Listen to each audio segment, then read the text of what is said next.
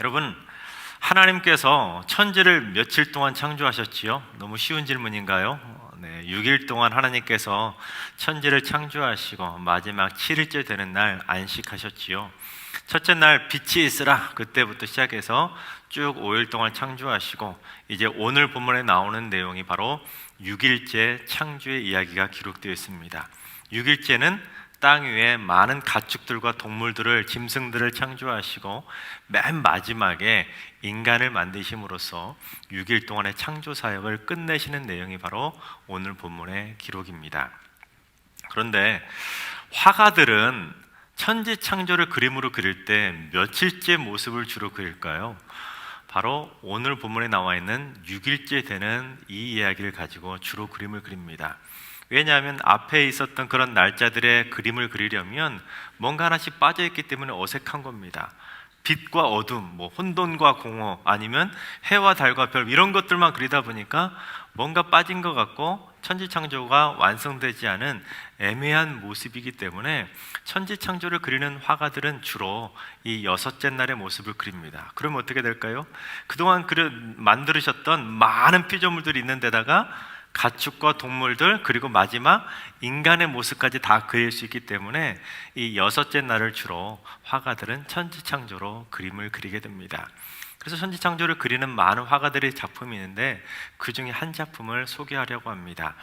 17세기 플랑드르의 화가인 얀 브레엘 이세라는 화가가 그린 그림인데, 그림 한번 보시겠습니다. 이 그림인데 바로 오늘 본문에 나와 있는 그 장면을 담아내고 있습니다. 하나님께서 여러 짐승과 가축들을 만드시는 내용인데, 화가는 하나님을 이처럼 사람의 모습으로 그림을 그리고 있는 걸 보게 됩니다. 그래서 손가락으로 딱 가리키면서 원숭이도 만드시고 사자도 만드시고 백마도 만드시고 가축인 소도 만드시면서 이처럼 다양한 가축과 짐승들, 뒤에 나오는 수많은 많은 풀과 나무와 꽃과 나비, 새들까지도 하나님께서 이처럼 아름답게 창조해 주셨다는 겁니다. 그렇다면 인간은 어디 있을까요? 얼핏 보면 놓칠 수 있는데 가운데 보면 인간을 창조한 내용이 담겨져 있는데, 확대해 보면 이렇습니다. 어떤 내용인 것 같습니까? 잠을 자고 있는 아담의 옆구리에서 여인인 하와를 끄집어내는 장면으로 그리고 있습니다. 당시 화가들의, 사람들의 머릿속의 인식에는 아담의 갈빗대로 하와를 만들었다는 모습을 이런 식으로 생각을 했다는 것이죠. 이처럼 아름다운 모습이, 6일째 창조를 완성하신 모습이 여러분 눈앞에 딱 펼쳐져 있다면 여러분 어떠실 것 같습니까? 참 아름답고 평화로운 모습 아니겠습니까? 그래서 하나님께서도 이 모습을 보시고 뭐라고 하셨냐면, 우리 31절을 봉독해 보겠습니다. 하나님이 지으신 그 모든 것을 보시니 보시기에 심히 좋았더라. 저녁이 되고 아침이 되니 이는 여섯째 날이니라. 아멘. 그렇습니다. 6일째 되는 날, 그동안 창조한 모든 피조물에 더해서 짐승과 가축, 그리고 사람까지 더해진 이 창조의 모습을 쭉 보시니까 보시기에 심히 좋았다는 겁니다. 너무너무 아름다웠다는 것이죠. 여러분, 어떤 국립공원에 가서 경치 좋은 모습을 보면 어떻습니까? 가슴이 벅찰 정도로 막 좋지 않습니까? 너무 아름다운 모습을 보면 이야 하고 감탄이 나오지 않습니까? 마찬가지로 하나님께서 이 세상의 피조물들을 그처럼 심히 보기에 좋을 정도로 아름답게 창조해 주셨다는 겁니다. 그런데 천지창조 이야기를 쭉 살펴보면 인간을 만드신 방법하고 다른 피조물을 만드신 방법하고는 그 방법이 확연히 다르다는 것을 알 수 있습니다. 예를 들어 다른 피조물들은 어떻게 창조하셨습니까? 빛이 있으라, 예를 들어 이렇게 말씀하시니까 빛이 짜잔하고 창조되지 않았습니까? 그리고 땅은 채소와 식물을 내라, 이렇게 말씀하시면 땅에서 막 식물이 나오고 채소가 만들어지는 겁니다. 또한 하늘의 궁창에는 새가 나르라, 이런 식으로 말씀하시니까 또 하늘에는 새들이 만들어져 새가 날아다니는 겁니다. 그리고 6일째 되는 날 어떻게 하셨습니까? 땅은 가축과 짐승을 그 종류대로 내라, 딱 하시니까 땅 위에 가축과 짐승들이 종류대로 만들어진 겁니다. 그러니까 하나님께서 다른 피조물들은 어떻게 만드신 겁니까? 오직 말씀으로만 창조해 주셨다는 겁니다. 그런데 인간을 만드신 방법은 완전히 달랐습니다. 인간을 어떻게 만드셨는지 오늘 본문 26절을 봉독해 보겠습니다. 하나님이 이르시되 우리의 형상을 따라 우리의 모양대로 우리가 사람을 만들고 그들로 바다의 물고기와 하늘의 새와 가축과 온 땅과 땅에 기는 모든 것을 다스리게 하자 하시고. 무슨 말입니까? 인간 이전의 창조물들은 있으라, 내라 이런 식으로 말씀만으로 모든 피조물들을 상의 없이 그렇게 다 말씀 한마디로 창조하고 만들어 주셨는데, 인간은 완전히 달랐다는 겁니다. 인간을 만드실 때는 우리, 여기서 우리라는 것은 성부, 성자, 성령 삼위일체 하나님을 의미하는데, 이 삼위일체 하나님께서 어떻게 하셨습니까? 우리의 형상을 따라 우리의 모양대로 우리가 사람을 만들자, 이 말은 상의하셨다는 겁니다. 삼위일체 하나님께서 상의하실 정도로 심사숙고하시면서 인간만큼은 다른 피조물과 달리 어때요? 정말로 하나님께서 하나님의 자녀들처럼 손수 빚으시면서 손수 만들어 주셨다는 겁니다. 하나님의 손수 작품, 그게 바로 우리 인간들의 모습이라는 겁니다. 그런데 성경은 분명히 하나님의 형상을 따라 하나님의 모양대로 그렇게 인간들을 만드셨다라고 말씀하고 있는데, 이게 바로 다른 피조물들과 구별되는 인간만이 가지고 있는 최고의 구별된 특징이라는 겁니다. 그런데 성경이 그처럼 하나님의 형상을 따라 하나님의 모양대로 인간을 창조하셨다는 의미가 무엇일까요? 이것이 하나님의 형상, 하나님의 외모와 인간의 외모가 똑같다는 걸 의미하는 것은 아니라는 겁니다. 근데 고대인들은 신의 이미지하고 신의 외모나 외형하고 인간의 외모가 비슷하다, 그렇게 생각했습니다. 그래서 고대 벽화나 아니면 작품들, 그림들, 조각들을 보시면 대부분 신을 어떻게 표현했습니까? 인간의 모습하고 동일하게 표현을 했습니다. 고대 그리스 로마 신화를 보더라도 거기에 나오는 수많은 신들의 모습이 어때요? 대부분은 다 사람의 모습을 하고 있는 걸 보게 됩니다. 그만큼 사람들의 신의 이미지를 사람의 이미지와 그렇게 동일시했다는 겁니다. 조금 전에 보여드렸던 그 그림 다시 한번 보실까요? 그림에도 하나님을 화가가 어떻게 표현했다고 그랬습니까?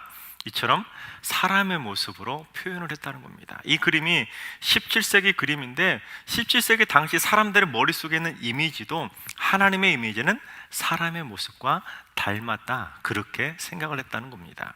하지만 오늘날도 그렇다는 거예요. 오늘날 헐리우드 영화들을 보면 신의 캐릭터들이 어떤 모습으로 주로 많이 나옵니까? 사람의 모습으로 나오는 것을 심심치 않게 볼 수가 있습니다. 아직까지도 사람들의 머릿속에는 신의 이미지를 인간의 이미지와 동일시하는 경향이 있다는 겁니다. 그런데 오늘 성경이 말하고 있는 하나님의 형상을 따라 하나님의 모양대로 인간을 창조했다는 것은 그처럼 인간의 외모하고 하나님의 외모가 동일하다, 그런 의미가 아니라는 겁니다. 요한복음 4장 24절에서 주는 여호와는 영이신이라고 주님께서 말씀하신 것처럼 하나님은 영이시라는 겁니다.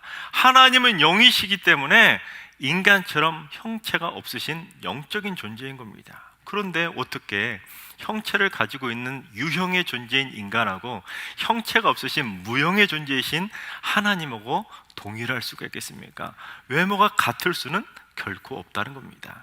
그래서 성경학자들, 주석학자들은 그렇다면 이 말씀의 의미가 무엇일까 연구한 끝에 어떤 결론에 도달하게 되었냐면, 하나님의 형상을 따라 하나님의 모양대로 창조되었다는 것은 하나님의 성품을 닮은 인격적인 존재로 인간이 창조되었다는 겁니다.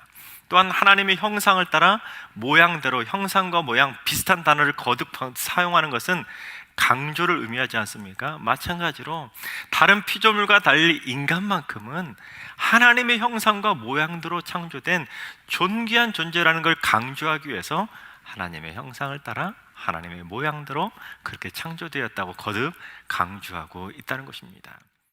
저는 그래서 어떻게 하면 조금 더 하나님의 성품을 잘 보여주는 선한 그리스도인으로 살 수 있을까, 그걸 묵상하다가 두 단어를 주목하게 되었습니다.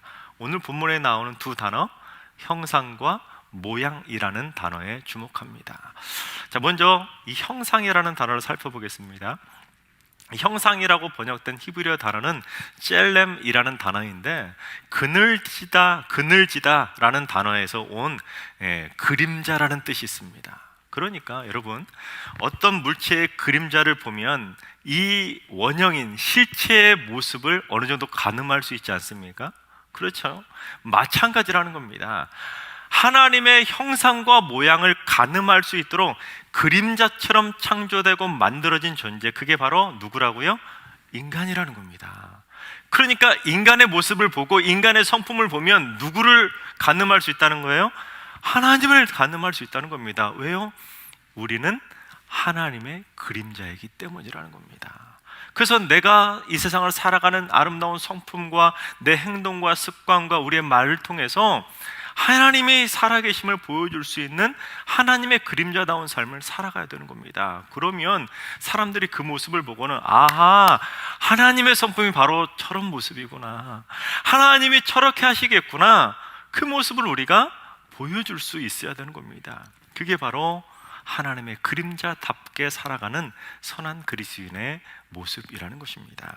그런데 그게 아니라 마치 작정이라도 한 듯이 진노하시는 하나님, 분노하시는 하나님, 질투하시는 하나님, 그걸 작정이라도 한 듯이 보여주려고 하는 것처럼 사람들 앞에서 그렇게 진노하고 분노하고 질투하고 화를 내는 모습들을 보여줄 때가 있다는 겁니다.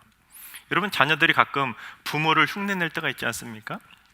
그런데 자녀들이 부모의 아름다운 모습, 좋은 모습을 흉내내면 부모의 마음이 어때요? 흡족합니다. 아, 우리 자녀들이 엄마 아빠를 잘 닮고 있구나, 흡족하지만 이 자녀들이 갑자기 부모 앞에서 부모를 흉내낸다고 짜증내는 모습, 분노하는 모습, 불평하는 모습, 무슨 욕하는 모습, 이런 모습을 보여준다면 그 자녀를 바라보는 부모의 마음이 기쁠까요? 전혀 기쁨이 없습니다. 마찬가지라는 거예요. 우리가 그런 모습을 보여준다면, 우리가 그런 악한 성품을 뿜어져 나가게 그렇게 행동을 한다면, 저 하늘에 계신 하나님께서 그 모습을 보고 결코 보기에 심히 좋았노라고 칭찬할 수가 없다는 것입니다. 따라서 우리는 하나님의 아름답고 선한 성품을 보여주기 위해서 날마다 노력해야 되는 겁니다. 내 안에 있는 악한 영들은 다 버리고 악한 성품들은 다 뽑아내고 온전히 하나님의 선한 성품으로만 살아갈 수 있는 선한 그림자로 살아가야 된다는 사실입니다. 다음으로 두 번째 단어, 모양이라는 단어를 보겠습니다. 이 모양이라고 할 때 히브리어로 때무트라는 단어인데, 이 때무트라는 단어는 어떤 단어에서 왔냐면 담다라는 뜻의 따마라는 단어에서 왔습니다. 그러니까 어떤 물체를 어때요? 담다라는 뜻이 바로 이 모양이라는 단어 속에 들어가 있다는 겁니다. 그러니까 그림자라는 의미하고 담다라는 의미를 합해본다면 어떤 거에 뭐가 되는 겁니까? 인간이라는 존재는 하나님을 그림자처럼 정말로 꼭 닮게 그렇게 창조된 존재라는 것을 의미한다는 겁니다. 그러니까 많은 세상의 피조물들 중에 오직 유일하게 누구만 하나님과 닮은 겁니까? 인간들만 하나님과 꼭 닮게 그림자처럼 창조가 되었다는 겁니다. 그래서 인간은 하나님의 형상대로, 하나님의 모양대로 전 세계 그 어떤 피조물도 그런 것을 받지 못했지만, 인간만큼은 하나님의 축복을 받은 존재로 그처럼 하나님의 형상대로 모양대로 창조되는 놀라운 축복을 받게 되었다는 겁니다. 우리가 흔히 길을 가다가 부모를 꼭 빼닮은 어린 아이들을 보면 그 모습을 보고 뭐라고 합니까? 와, 어쩜 그렇게 부모를 닮았지? 부모 복사판이구만, 이렇게 말하지 않습니까? 마찬가지로 그런 말을 들으면 부모는 기쁜 거예요. 왜요? 자녀가 나를 닮았다는데 왜 안 기쁘겠습니까? 마찬가지로 우리의 모습이 하나님 아버지를 닮은 모습을 보여주면 하나님 아버지께서도 당연히 기뻐하시는 겁니다. 그 모습을 보시고 심히 좋아하실 수밖에 없는 겁니다. 그처럼 하나님이 기뻐하실 만큼 귀하고 귀한 존재로 하나님께서 심사숙고해서 상의하고 상의해서 직접 만들어주신 존재, 그게 바로 여러분 인간의 모습이라는 겁니다. 우리 승육의 모든 성도님들, 그렇게 하나님의 선한 그림자로 살아가게 되시기를 주님의 이름으로 축원합니다. 두 번째는, 그림자는 실체를 떠나면 더 이상 그림자가 아니라는 겁니다. 무슨 말이냐면, 그림자가 뭡니까? 그림자는 말 그대로 실체를 그림자처럼 따라다녀야 그게 그림자인 거예요. 마찬가지로 하나님에게 찰떡같이 달라붙어서 하나님을 자나깨나 따라다녀야 되는 존재, 그게 바로 인간의 본분이라는 겁니다. 근데 자꾸만 인간들이 하나님을 졸졸졸 따라다니고 찰떡같이 붙은 것이 아니라 자꾸만 떨어지려고 하는 겁니다. 그래서는 결코 하나님의 그림자다운 모습이 안 된다는 겁니다. 여러분, 제가 오른손을 들었는데 제 그림자가 뒤에 나타나는데, 그림자가 왼손을 들으면 제 그림자 맞나요? 아니지 않습니까? 제가 오른손을 들으면 뒤에 나타나는 그림자도 오른손을 들어야 되는 것이고, 제가 왼손을 들었으면 뒤에 나타나는 그림자도 왼손을 들어야 제 그림자가 맞는 겁니다. 마찬가지예요. 하나님께서 오른손을 드시면 우리도 오른손을 들어야 되는 것이고, 하나님이 왼손을 드시면 우리도 왼손을 들어야 되는 것이고, 하나님께서 오른손으로 오른쪽으로 방향을 트시면 우리도 따라서 오른쪽으로 방향을 틀어야 되고, 왼쪽으로 트시면 우리도 왼쪽으로 틀어야 되는 겁니다. 그래야 하나님의 그림자 아니겠습니까? 그런데 많은 인간들이 아니라는 거예요. 하나님은 오른손을 드시는데도 자꾸 하나님 아니에요, 왼손이에요 하고는 자꾸 고집을 피우며 왼손을 들고 있고, 하나님은 자꾸만 오른쪽으로 가야 된다고 오른쪽으로 방향을 트시는데도 하나님 아니에요, 제 생각에는 왼쪽이 맞습니다 하고 자꾸만 고집을 피우며 왼쪽으로 방향을 트는 겁니다. 그러면 그게 하나님의 그림자라고 할 수 있습니까? 아니지요. 그러면 더 이상 그 사람은 하나님의 그림자가 아니라 세상의 그림자가 되는 것입니다. 그때부터는 돈의 그림자로 살아가고, 그때부터는 권력과 명예의 그림자로 살아가고, 말 그대로 그림자처럼 허무하고 허무한 우울한 그림자의 인생으로 전락하게 되는 겁니다. 하나님의 그림자로 살아가야 날마다 행복하고 하나님의 뜻대로 순종하며 하나님의 선한 영향력을 미치는 행복한 그리스도인의 삶을 살아갈 수 있는데, 하나님으로부터 떨어지고 하나님의 말씀에 순종하지 않는 순간, 그때부터는 그의 인생은 헛되고 헛된 인생이 되는 것입니다. 여러분, 그림자를 한자로 허상이라고 하지 않습니까? 마찬가지예요. 우리가 하나님을 떠나 살면 허상처럼 사는 인생이 되는 겁니다. 헛개비 같은 인생이 되는 거예요. 하나님의 형상을 보여주는 인생이 아니라 헛개비처럼 허무하고 헛된 삶을 살아가는 그러한 그림자 괴물로 살아갈 수밖에 없다는 겁니다. 그처럼 허무한 그림자 인생을 살아갔던 그림자 괴물이 있었습니다. 30대 젊은 나이에 미국 백악관에 입성해가지고 닉슨 대통령의 특별 법률 고문이 된 찰스 콜슨이라는 사람입니다. 이 30대에 이 백악관에 입성한 이 사람의 권력이 얼마나 막강했냐면, 백악관에 이 대통령 집무실 바로 옆방이 그 사람의 집무실이 될 정도로 백악관에서 그야말로 막강 권력을 휘두르던 최고의 실세 중의 실세, 그가 바로 찰스 콜슨입니다. 그러다 보니까 여러분, 30대에 그 정도 권력을 가지면 어떻게 될까요? 어깨에 힘이 들어가기 시작하는 겁니다. 조금 더 커지려고, 조금 더 높아지려고, 더 많은 권력을 누리기 위해서 점점 더 거대한 그림자 괴물로 변질되어 버렸다는 겁니다. 그래서 자신의 그 권력을 유지하기 위해서 이 찰스 콜슨은 수단과 방법을 가리지 않고 닉슨 대통령을 재선시키는데 1등 공신이 되게 됩니다. 그런데 곧바로 어떤 사건이 퍼집니까? 워터게이트 사건이 터져가지고는 그 찰스 콜슨이 한순간에 범죄자 신세가 되어서 법정에 서게 됩니다.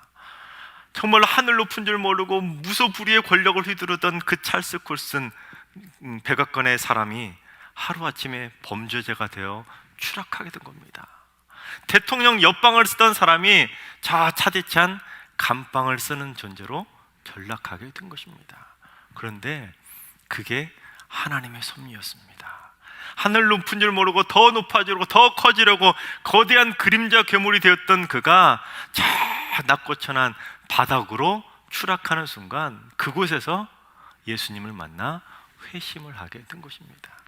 그래서 감옥 안에서 나를 위해 십자가를 져주신 그 주님을 위해서 나도 앞으로 그렇게 살겠노라 다짐하게 됩니다. 그리고는 무엇부터 시작했냐면, 그 감옥 안에 있는 죄수들이 가장 싫어하는 일을 내가 해주겠노라 하고는 하게 되었는데, 여러분, 감옥 안에 있는 죄수들이 제일 싫어하는 게 뭔지 아세요? 빨래하는 걸 제일 싫어한다고 합니다.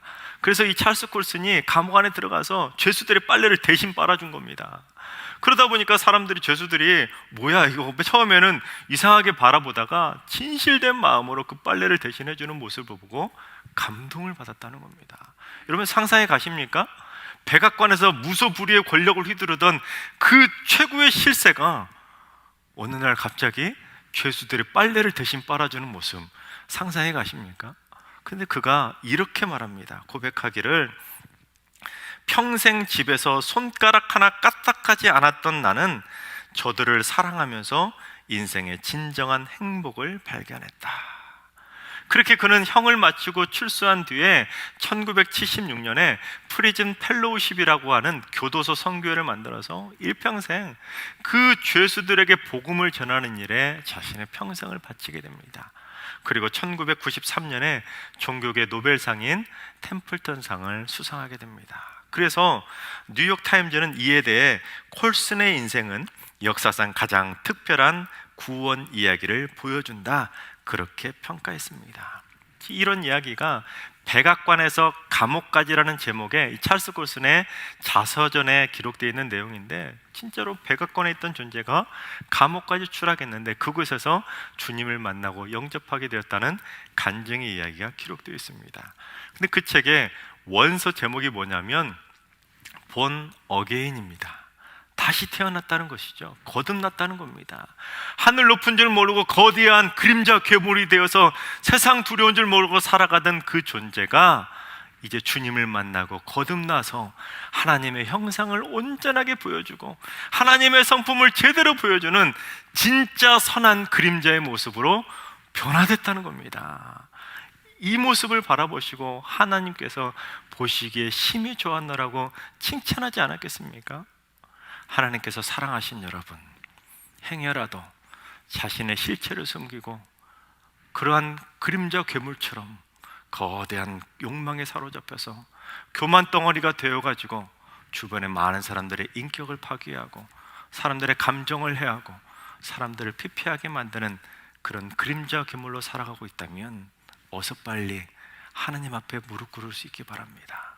어서 빨리 내려와서 저 밑바닥에서 하나님의 신실한 그림자로 살아가는 진정한 거듭남을 체험할 수 있길 바랍니다. 또한 여러분이 하는 말과 여러분이 하는 행동, 여러분이 하는 습관, 여러분이 보여주는 성품, 이런 걸 통해서 하나님의 영광을 드러낼 수 있길 바랍니다. 하게라도 잘못된 모습을 통해서 하나님의 형상을 왜곡시키지 마시고 여러분의 성품을 통해 하나님의 성품을 보여줄 수 있는 하나님의 선한 통로들이 다 될 수 있길 바랍니다. 무엇보다 하나님에게 찰떡같이 달라붙어서 일평생 절대로 떨어지지 마시고 하나님의 명령에 절대 순종할 수 있는 하나님의 착한 그림자, 하나님의 말씀에 절대 순종하는 순종의 그림자, 그렇게 살아가게 되시기를 주님의 이름으로 축원합니다. 그러면 저 하늘에 계신 하나님께서 여러분들의 모습을 보시고 생명책에 이렇게 기록하실 겁니다. 아무개의 모습이 보기에 심히 좋았노라. 그렇게 쓰실 줄로 믿습니다.